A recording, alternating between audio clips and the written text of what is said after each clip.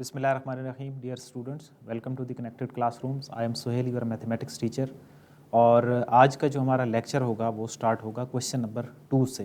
9.2 हम एक्सरसाइज को सॉल्व कर रहे थे और पेज नंबर है आपका 197।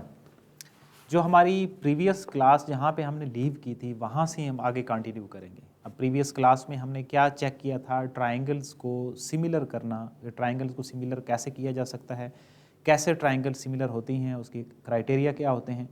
आज का जो लेक्चर है, अगर आपने प्रीवियस लेक्चर को पढ़ा है तो फिर आज का लेक्चर आपको समझना आसान हो जाएगा। और जिन बच्चों ने तैयारी नहीं की है तो मैं एक दफ़ा क्विकली उसको रिवाइज़ कर लेता हूँ कि दो ट्राइंगल्स सिमिलर कब होती हैं। अगर वो सिमिलर होती हैं तो क्या होता है, तो जब वो सिमिलर होंगी तो उनके जो कॉन्ग्रेंट एंगल्स होंगे, करस्पॉन्डिंग जो एंगल्स होंगे वो क्या होंगे, कॉन्ग्रेंट होंगे।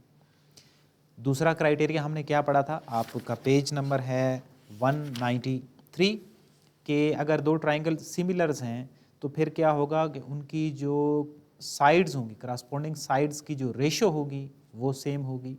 और एक और हमने पढ़ा था कि सेम जो है वो शेप्स होंगी, डिफरेंट साइज़ होंगी। और एक और था कि जिनमें अगर कोई दो ट्राइंगल्स हैं, एक एंगल और दो जो करस्पॉन्डिंग साइड्स हैं उनकी अगर रेशो इक्वल हैं तो तब भी वो क्या बन जाएंगी, सिमिलर बन जाएंगी।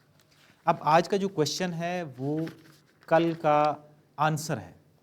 क्या गिवन है क्वेश्चन नंबर 2 में, find the unknown quantities in the following similar figures. आज हमने सिमिलरिटी को चेक नहीं करना है, ये गिवन है कि जो दो ट्राइंगल्स हैं वो सिमिलर हैं, आपने उनमें से जो अननोन वैल्यूज़ हैं वो चेक करनी।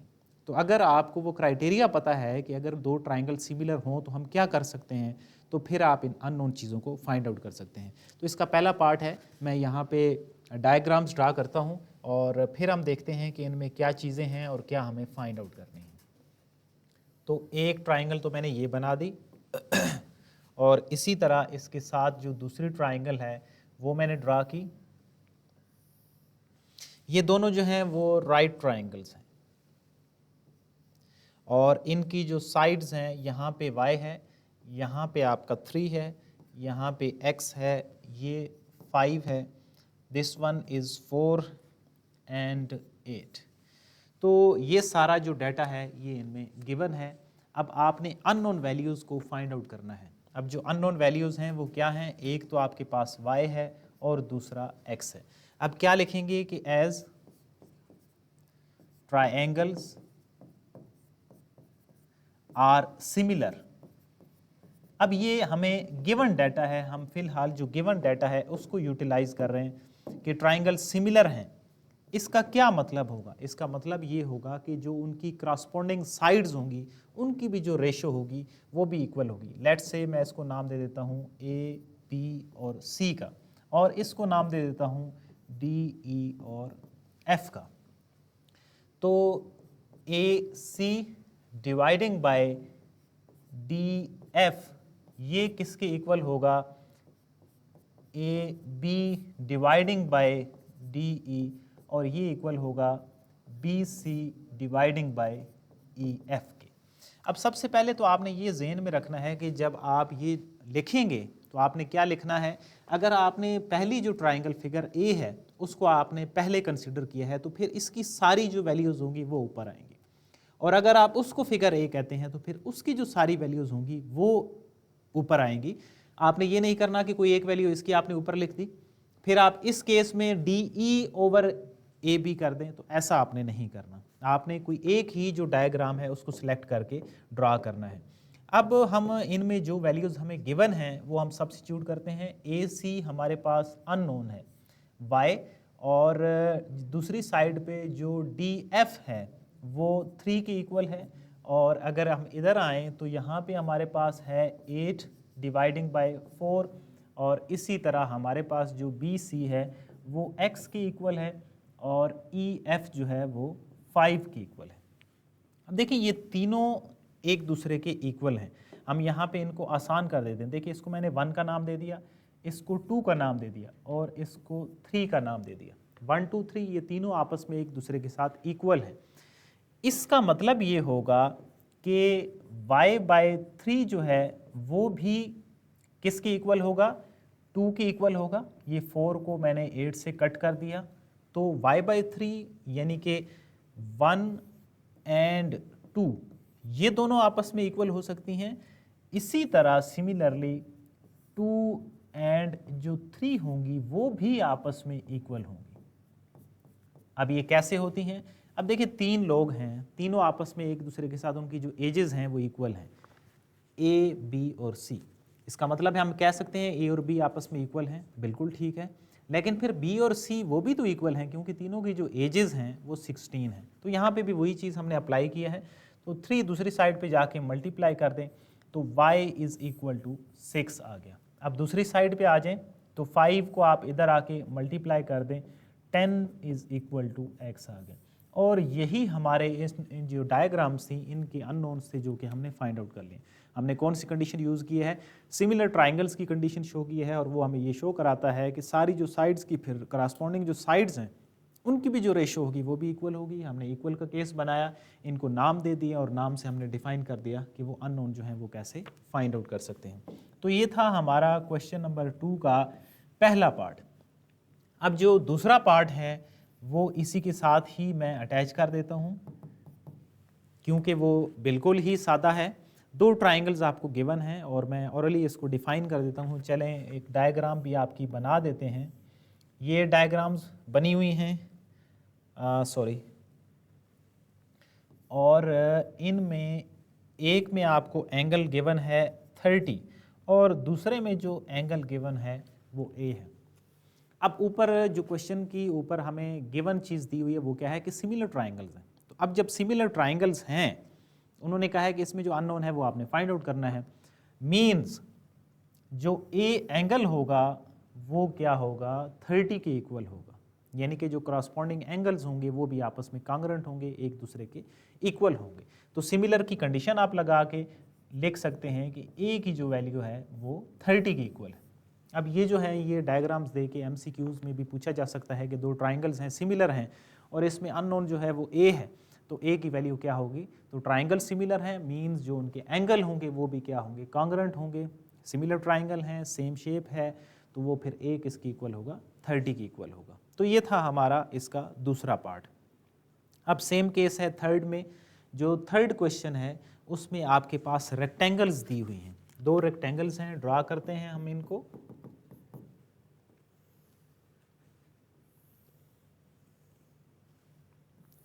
ये मैंने एक रेक्टेंगल बना दी और इसी तरह इसके साथ जो दूसरी रेक्टेंगल है वो बनी हुई है।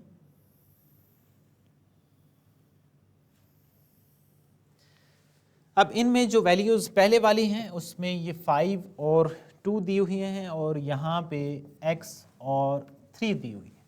तो जो कंडीशन है वो तो ऊपर गिवन है कि ये सिमिलर हैं। तो अगर हम इनको सिमिलर कहें तो इसका मतलब ये होगा a, b, c और d और e, f, g और h अगर सिमिलर हैं, as similar implies that इनकी जो साइड्स की रेशो है A B over E F वो किसके इक्वल होगी?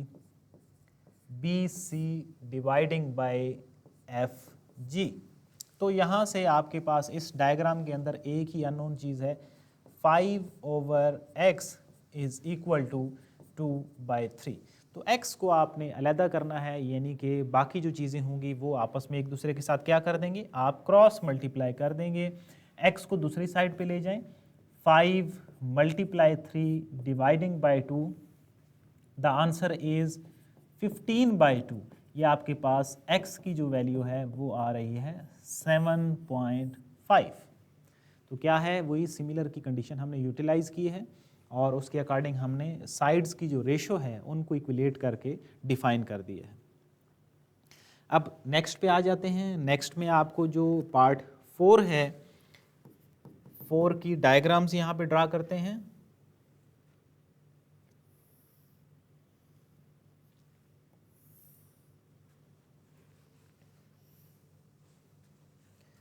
और इसी तरह सिमिलर की जो हम कंडीशन होगी वो हम इन पे यूटिलाइज करेंगे और इसमें जो वैल्यू हमारे पास गिवन है 4 है, x है 3 एंड 1.8 और दूसरी साइड में हमारे पास हैं 4, Z, 6 एंड Y।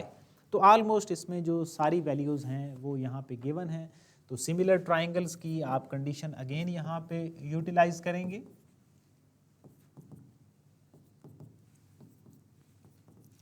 मैं यहाँ पे पहली लाइन नहीं लिख रहा हूँ क्योंकि हमने 3-4 जो पार्ट हैं उनके अंदर हमने लिख लिया है कि सिमिलर हैं तो क्या होगा, इम्प्लाइज दैट जो सारी चीज़ें होंगी उनकी जो रेशो होगी A B dividing by E F ये इक्वल होगा B C dividing by F G is equal to D C dividing by H G and equal to A D dividing by E H. अब ये तो हमने सारी जो sides हैं उनको इक्विलेट कर लिया।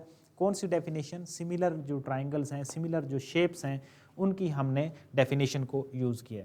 अब जो हमें वैल्यूज़ गिवन हैं वो आपने सब्स्टिट्यूट करनी है। ए बी की वैल्यू 4 है और नीचे Z अननोन है, इसी तरह बी सी 1.8 है और दूसरी साइड पे Y है और डी सी की वैल्यू है हमारे पास 3, एच जी की वैल्यू हमारे पास 6 है और इसी तरह ए डी एक्स है और ई एच जो है वो 4 की इक्वल है। अब देखिए इसको थोड़ा सा आपने ध्यान से समझना है। यहाँ पे जो पॉइंट होगा कि इसमें क्या चेंजेस आएगी। ये देखो इसको मैंने 1 का नाम दे दिया, इसको मैंने 2 का नाम दे दिया, this one is 3 and 4।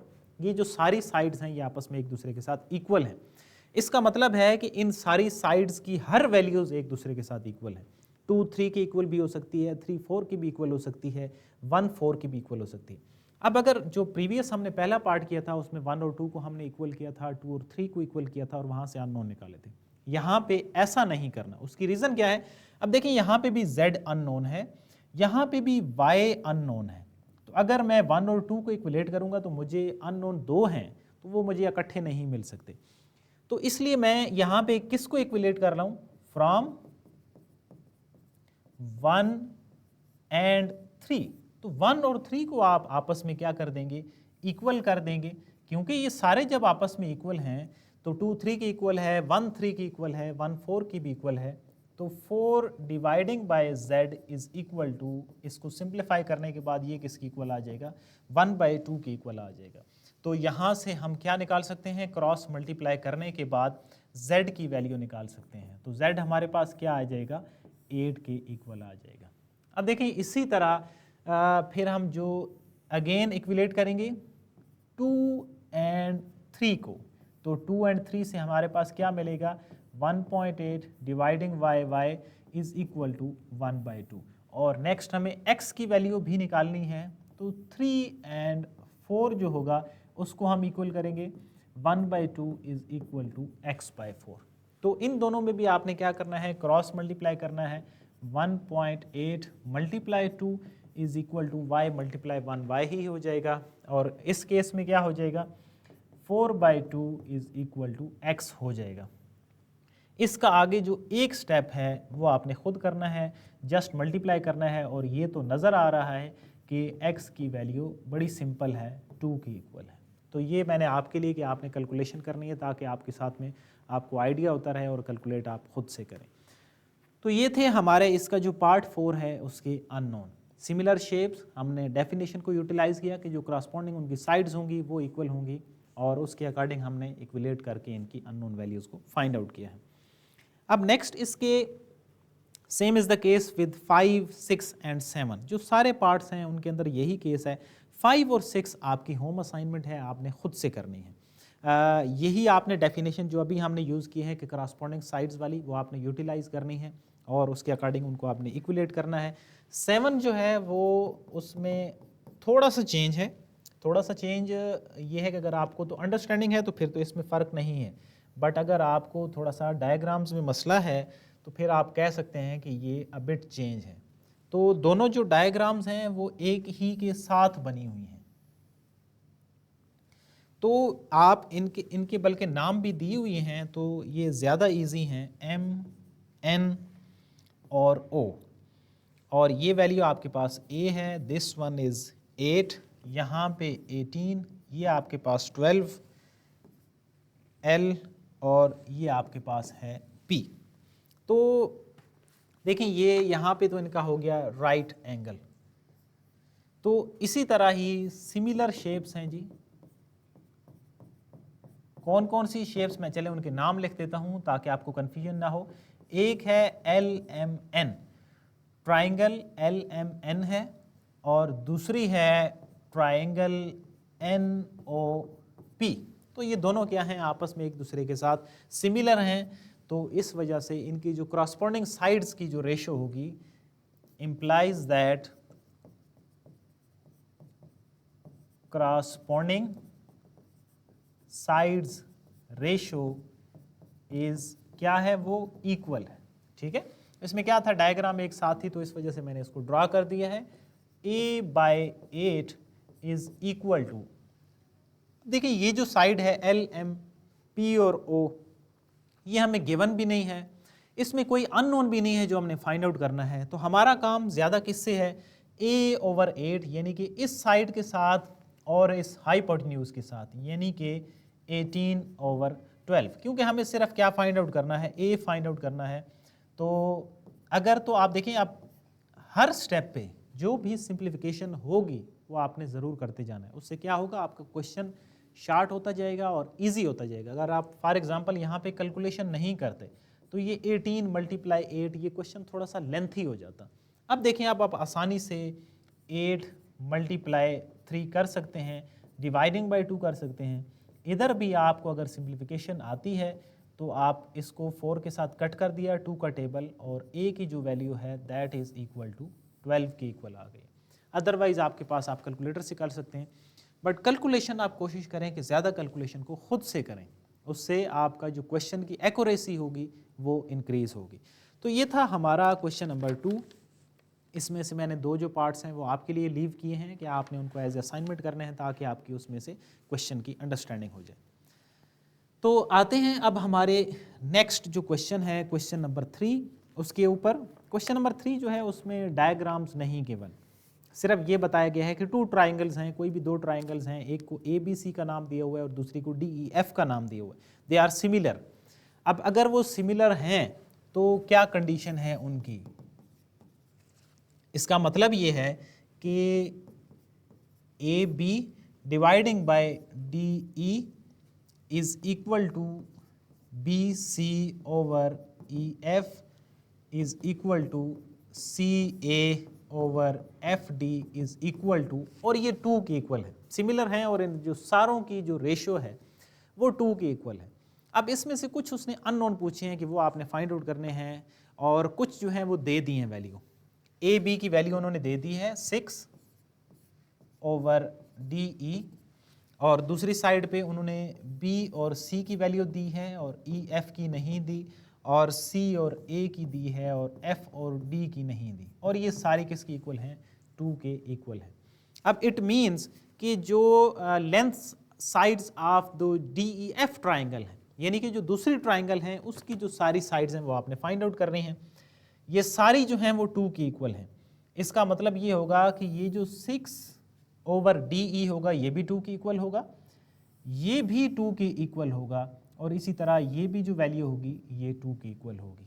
Means 6/DE is equal to 2, और दूसरे केस में क्या आएगा, 8/EF is equal to 2, and 4/FD is equal to 2।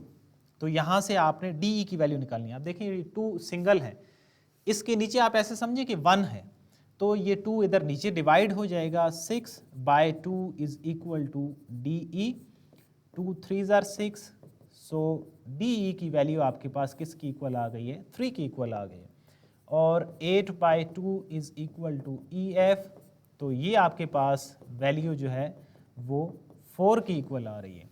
और नेक्स्ट आपके पास वैल्यू क्या आ रही है, 4/2 इज इक्वल टू FD, तो FD की आपके पास वैल्यू 2 की इक्वल आ रही है। तो ये तीनों जो अननोन्स थे वो हमने फाइंड आउट कर लिए हैं जी क्वेश्चन नंबर 3 के अंदर। अब यहाँ तक थे ऑलमोस्ट थोड़े से सिंपल क्वेश्चन। अब 4 से ऑनवर्ड जो क्वेश्चन है उसमें क्या चीज़ें हैं, उसमें स्टेटमेंट्स हैं, आपने स्टेटमेंट्स को रीड करना है, फिर डायग्राम को देखना है और फिर उसके अकॉर्डिंग आपने सोल्यूशन बनाना है कि क्या चीज़ मांगी जा रही है। While going back to the home from the school, Wajid noted that his shadow was 2/3 of its height. अब यहाँ पे वाजिद साहब बने हुए हैं क्वेश्चन नंबर 4 के अंदर। ये हम वाजिद बनाते हैं, कुछ इस तरह का वाजिद इन्होंने बनाया है बुक वालों ने। तो ये जो वाजिद हैं, ये इनका जो शेडो पड़ रहा है ना, वो है 2/3। ये वैल्यू हमें गिवन है। Find the length of the pole near by having the shadow of the 12। अब नेक्स्ट जो डायग्राम है उसके अंदर आपके पास एक पोल है और पोल का जो शेडो है वो 12 है। अब अगर आप इन डायग्राम्स को गौर से देखें तो वाजिद सीधा खड़ा है, इट मीन्स के जो एंगल यहाँ पे है वो 90 है। अब इसी तरह पोल भी सीधा है तो ये भी 90 होगा। इट मीन्स ये जो दोनों ट्राइंगल्स हैं ये क्या हैं, ये सिमिलर ट्राइंगल्स हैं, दोनों आपको राइट ट्राइंगल नज़र आ रहे हैं। अब अगर ये सिमिलर ट्राइंगल हैं means A, B and C, और जो दूसरी हमारे पास ट्राइंगल है वो है suppose E, F and G. तो ये जो दोनों ट्राइंगल हैं ये सिमिलर हैं, A, B, C and E, F, G are similar. तो क्या इम्प्लाइज होता है यहाँ से, इम्प्लाइज दैट जो क्रॉसपोंडिंग साइड्स की जो रेशो होगी वो भी आपस में एक दूसरे के साथ इक्वल होगी। Means A B over E F would be equal to 3 over pole. एक चीज़ का फिर दोबारा से रिपीटिशन कर देता हूँ कि आपने क्या चीज़ याद रखनी है कि अगर आप पहली फिगर की कोई एक साइड सेलेक्ट कर रहे हैं ऊपर, तो फिर जो बाकी भी चीज़ें होंगी वो भी उसी की ही ऊपर आएंगी। फिर आपने ये नहीं करना कि एक इधर से ले लें एक उधर से ले लें, वो फिर रेशो क्या होगी, गलत हो जाएगी। For example 2/4 is not equal to 4/2। Okay, तो ये चीज़ आपके जहन में होनी चाहिए। ए बी है 2 और E F is equal to 12 is equal to 3 और पोल को हम पी से डिनोट कर रहे हैं। अब आपने क्या करना है, इनको क्रॉस मल्टीप्लाई करना है। 2 multiply by pole is equal to 12 multiply 3, यानी कि 12 मल्टीप्लाई 3 डिवाइडिंग बाय 2। सो जो पोल की आपके पास हाइट है वो किसकी इक्वल आ गई, 18 की इक्वल आ गई। अब अगर तो आपको ये सिमिलर की कंडीशन पता हो तो आपको फिर कोई भी एक से ज़्यादा अगर डायग्राम्स दी जाएं तो आप उनको आसानी से उनके जो अननोन्स हैं वो फाइंड आउट कर सकते हैं जी। तो ये था हमारा क्वेश्चन नंबर 4। अब आते हैं हम अपने क्वेश्चन नंबर 5 के ऊपर और देखते हैं उसमें क्या है। मैं डायग्राम को यहाँ पे ड्रा करता हूँ, इतनी देर में आप उसको रीड आउट करें कि क्या चीज़ है यहाँ पे, इसके अंदर क्या वैल्यूज़ गिवन हैं और क्या चीज़ें फाइंड आउट करनी हैं।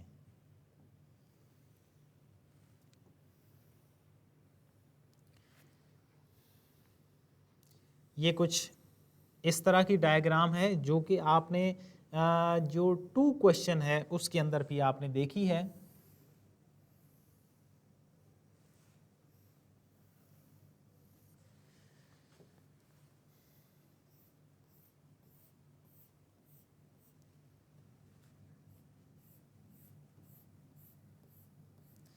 तो ये आपके पास डायग्राम्स हैं और इनमें यहाँ पे एक रोप की वैल्यू आपने फाइंड आउट करनी है। ये आपके पास 6 है, दिस वन इज़ 12, यहाँ पे 8, ये x है और ये y है, और दिस वन इज़ 10 और ये आपके पास है 4। Find the length of the larger rope of the hanging bridge. ये जो आपने लार्जर रोप है इसकी आपने लेंथ फाइंड आउट करनी है और इसमें x और y इक्वल है। अब अगर x और y इक्वल हैं तो इट मीन्स कि जो यहाँ पे एंगल बनेंगे वो भी इक्वल होंगे, और ये जो दो हैं ये तो हो गए राइट। तो ये क्या हो गई हैं, अगर हम इसको ट्राइंगल्स का नाम दे दें ए बी सी और बी सी ई, तो ए बी सी और बी सी ई जो हैं वो क्या हैं, सिमिलर ट्राइंगल्स हैं, क्योंकि उसने ये दे दिया है कि when x is equal to Y, तो एक चीज़ होती है उसको बोलते हैं हम कॉम्प्लीमेंट्री एंगल्स। तो इनके जो कॉम्प्लीमेंट्री एंगल्स होंगे ना वो भी इक्वल होंगे। अगर x और y लेट्स से 60-60 हैं तो जो बाकी होंगे वो भी फिर क्या होंगे, 30-30 होंगे। कॉम्प्लीमेंट्री एंगल्स का क्या मतलब है कि जो सम ऑफ एंगल्स है वो 90 के इक्वल है। दो एंगल्स हों वो किसकी इक्वल हो, 90 की इक्वल हो। तो अब x और y तो उसने इक्वल कर दिया, अब कुछ भी है ये 50 है सपोज, तो अब इट मीन्स अगर ये 50-50 है तो बाकी कितने होंगे, दोनों c और e जो हैं वो 40 के इक्वल होंगे। अब ये दोनों फिर क्या हो गई हैं, ये सिमिलर ट्राइंगल्स हो गई हैं। अब अगर ये सिमिलर ट्राइंगल्स हैं, सिमिलर ट्राइंगल्स का हम यहाँ पे निशान बना देते हैं, इंप्लाइज दैट, इसका क्या मतलब होगा, अब आपने अननोन फाइंड आउट करना है। तो सारी जो साइड्स होंगी वो इक्वल होंगी। हम साइड्स का यहाँ पे नाम नहीं लिख रहे हैं इस दफ़ा। 12/8 is equal to rope dividing by 10 is equal to 6/4। तो आप अब कोई भी केस ले सकते हैं। अब ये तीनों आपस में इक्वल हैं, आपको सिर्फ रोप की वैल्यू निकालनी है। अगर इनको हम 1, 2 और 3 का नाम दे दें तो आप बेशक 2 और 3 को आपस में इक्वल कर लें, आप बेशक 1 और 2 को आप आपस में इक्वल कर लें, रोप की वैल्यू आपके पास एक तो निकल आएगी और दूसरा वो सेम होगी, उसमें कोई फ़र्क नहीं होगा। तो हम फ्रॉम 1 और 2 को देखते हैं कि उनके अंदर से हमारे पास रोप की जो वैल्यू है वो क्या आ रही है। तो 12/8 is equal to rope dividing by 10। तो 4 का टेबल आपका जा रहा है इन दोनों पे, 3 × 10 dividing by 2 is equal to rope. तो इट मीन्स जो आपके पास रोप की वैल्यू है वो क्या है, 15। तो ये आपके पास 15 रोप की क्या है, मीटर में वैल्यू है। क्योंकि ये जो क्वेश्चन है, इस क्वेश्चन के अंदर सारी जो बाकी कंपोनेंट हैं वो मीटर के अंदर है। 6 मीटर है, 10 मीटर है, तो जो आपकी रोप की लेंथ होगी वो भी क्या होगी, 15 मीटर होगी। तो ये था हमारा क्वेश्चन नंबर 5। आई होप आपको यहाँ तक क्लैरिटी होगी, क्वेश्चन नंबर 5 तक। तो नेक्स्ट अब हम चलते हैं अपने क्वेश्चन नंबर 6 की तरफ। बट ये जो क्वेश्चन नंबर 6 है ये थोड़ा सा लेंथी है और इसमें कुछ चेंजिंग्स हैं। तो आपने क्या करना है, आपकी एज ए होम असाइनमेंट आपने 6 क्वेश्चन को रीड आउट करना है। थोड़ा सा लेंथी भी है, इंपॉर्टेंट भी है। और ये भी बताऊं कि 6 और 7 को आप एक दूसरे के साथ सर्कल कर लें, ये दोनों सिमिलर हैं। मीन्स अगर आपको एक क्वेश्चन समझ आएगा तो आप दूसरा अंडरस्टैंड कर सकते हैं। अगर आप क्विकली इसको देख सकते हैं तो मैं यहाँ पे इसकी डायग्राम बनाता हूँ क्वेश्चन नंबर 6 की। तो आपके पास एक ऑब्जेक्ट है, इसमें अब फिज़िक्स का भी कुछ कॉन्सेप्ट है कि लेंस आपने यूज़ किया है, कन्वेक्स लेंस यहाँ पे पड़ा हुआ है और दूसरी साइड पे इस जगह पे इसकी इमेज बन रही है। अब इमेज के बाद यहाँ पे उन्होंने इसको आई का नाम दिया हुआ है और इस चीज़ को यहाँ से जाके मिला दिया है और यहाँ पे जो है इसको लेंथ L का नाम दिया हुआ है। और फर्दर आपके पास यहाँ पे अब एक 90 एंगल बनेगा, एक एंगल 90 यहाँ पे बनेगा। अब ये आपके पास क्या पड़ी है, कोई बॉडी पड़ी है, यहाँ पे उसका इमेज है। अब इसको रीड आउट करते हैं। In the figure OA is object. ये क्या है, ये O है, ये A है और ये ऑब्जेक्ट्स हैं।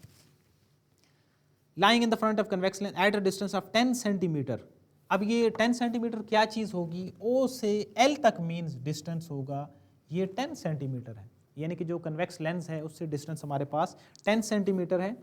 Next one is find the distance of image from the lens. अब आपने इमेज का जो डिस्टेंस है वो आपने लेंस से निकालना है और if it's size is twice of the object, और उसका जो साइज है वो क्या है, इसके 2 गुना है।